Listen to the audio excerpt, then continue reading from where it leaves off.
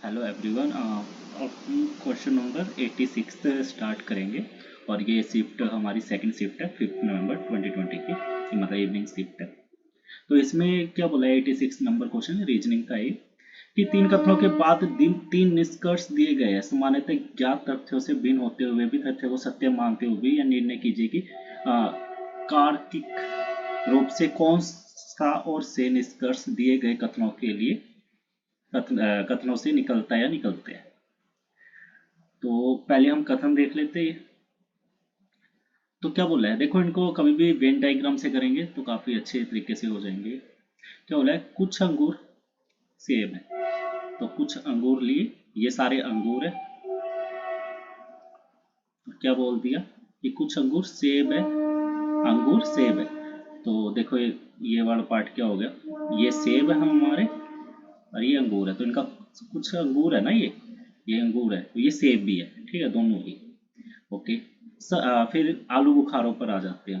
क्या कह रहा है कि कुछ आलू बुखारे अंगूर है। कुछ आलू बुखारे क्या बोल रहे हैं, अंगूर है। तो कुछ आलू बुखारे अंगूर है, तो ये भी मान लेते हैं हम, आलू बुखारे। तो इनका भी ये वाला पार्ट क्या है, दोनों का ये हो गया। उससे के बाद क्या बोले कि सभी अंगूर केले है। क्या बोला है, सभी जितने भी अंगूर है ना वो क्या है, केले है। आलू बुखारों के बारे में और सेब के बारे में कुछ नहीं बोला इसने, अंगूर के बारे में बोला है कि जितने भी अंगूर है सारे के सारे क्या है, सभी के सभी यहाँ से होते हुए वो क्या है, केले है। तो मैं एक इसको अच्छे से बना देता हूँ। ये है हमारा, ठीक है। तो ये बीच वाला क्या हो गया, अंगूर हो गया। ये क्या हो गया, सेब हो गया। ये क्या हो गया, आलू बुखारा हो गया। और क्या बोला है, जितने भी अंगूर है वो सारे के सारे क्या है, हमारे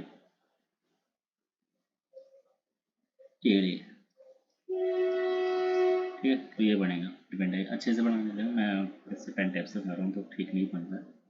फिर क्या बोल रहा है, कुछ केले आलू बुखारे है, निष्कर्ष बताने। क्या ये ठीक है, निष्कर्ष जो हमारे कथन गिवन है उसके अकॉर्डिंग कुछ केले आलू बुखारे है, कुछ केले आलू बुखारे है। तो आलू बुखारे ये वाला पार्ट मतलब यहाँ ये है। तो देखो ये थोड़े से आलू बुखारे जो कि हमारे अंगूर भी थे, वो तो केले भी होंगे ना। ठीक है, ये वाला पार्ट क्या आ गया, आलू केलों के साथ ही आ गया ये। तो कुछ केले आलू बुखारे है, ये तो राइट हुआ। कुछ सेब केले है जी, कुछ सेब, हाँ। कुछ देखो ये वाले सेब जो थे, जो हमारे अंगूर भी थे वो कीड़ों के अंदर ही तो आ रहे, तो कुछ सेब क्या हो गए, केले हो गए। फिर क्या है, सभी केले अंगूर है। अंगूर नहीं भाई, कुछ हिस्सा है। देखो जो केले है ना, केला बड़ा है और अंगूर छोटा है, तो सभी केले तो नहीं हो सकते, कुछ केले अंगूर है। सभी अंगूर तो केले है जो हमें गिवन था, पर सभी केले अंगूर नहीं है। तो ये वाला गलत हो जाएगा। तो इसके अकॉर्डिंग कौन सा ऑप्शन होएगा इसका, फर्स्ट और सेकंड थर्ड में आ रहे हैं, तो हमारा ये वाला ऑप्शन होगा। इसमें क्या बोल रहा है कि इस प्रतिमा में अल्फा का मान बताना है हमें। तो देखो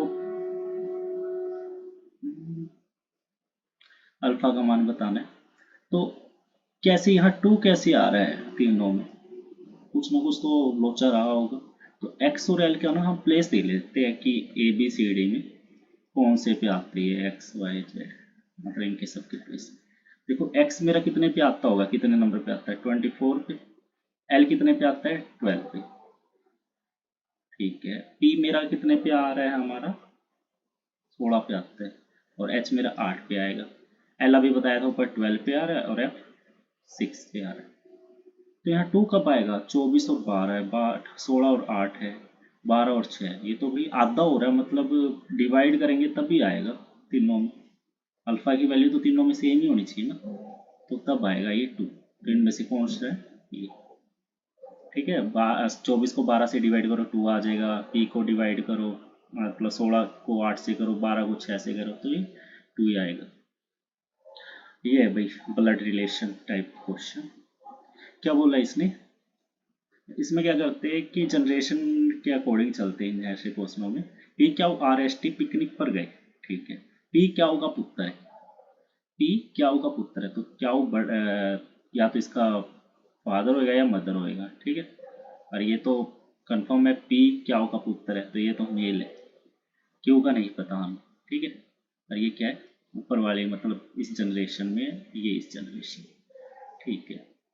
तो किंतु क्यू पी का पिता नहीं है, उसका बेटा तो पुत्र तो है, ठीक है।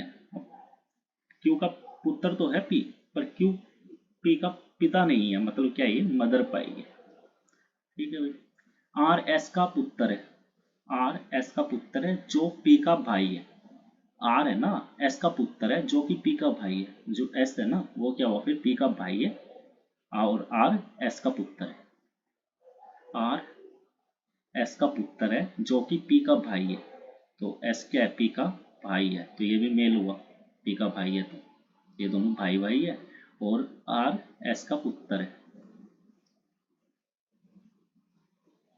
पुत्र है, तो ये भी मेल हुआ। फिर क्या बोल रहा है, टी एस की पत्नी है, तो टी एस की पत्नी है, तो ये क्या फीमेल है, ये ऐसे। तो पी का आर से क्या रिलेशन होएगा, पी का आर से क्या रिलेशन होएगा, पी का क्या रिलेशन आर से, ये या तो ताऊ लग रहा होगा आर का, या फिर चाचा लग रहा होगा, इनमें से कौन सा ऑप्शन है, चाचा, वो कर देते हैं, क्योंकि भाई हो गया ना, पापा का भाई हो गया। किसी एक कूट भाषा में एक्स वाई जेड ए को 1 2 3 4 और ई एफ जी एच को ऐसे लिखा जाता है, तो ए एक्स जी ई को कैसे लिखा जाएगा, X Y Z A, 1 2 3 4, E F G H को कैसे लिखा जा रहा है, 7 8 9 10, ठीक है।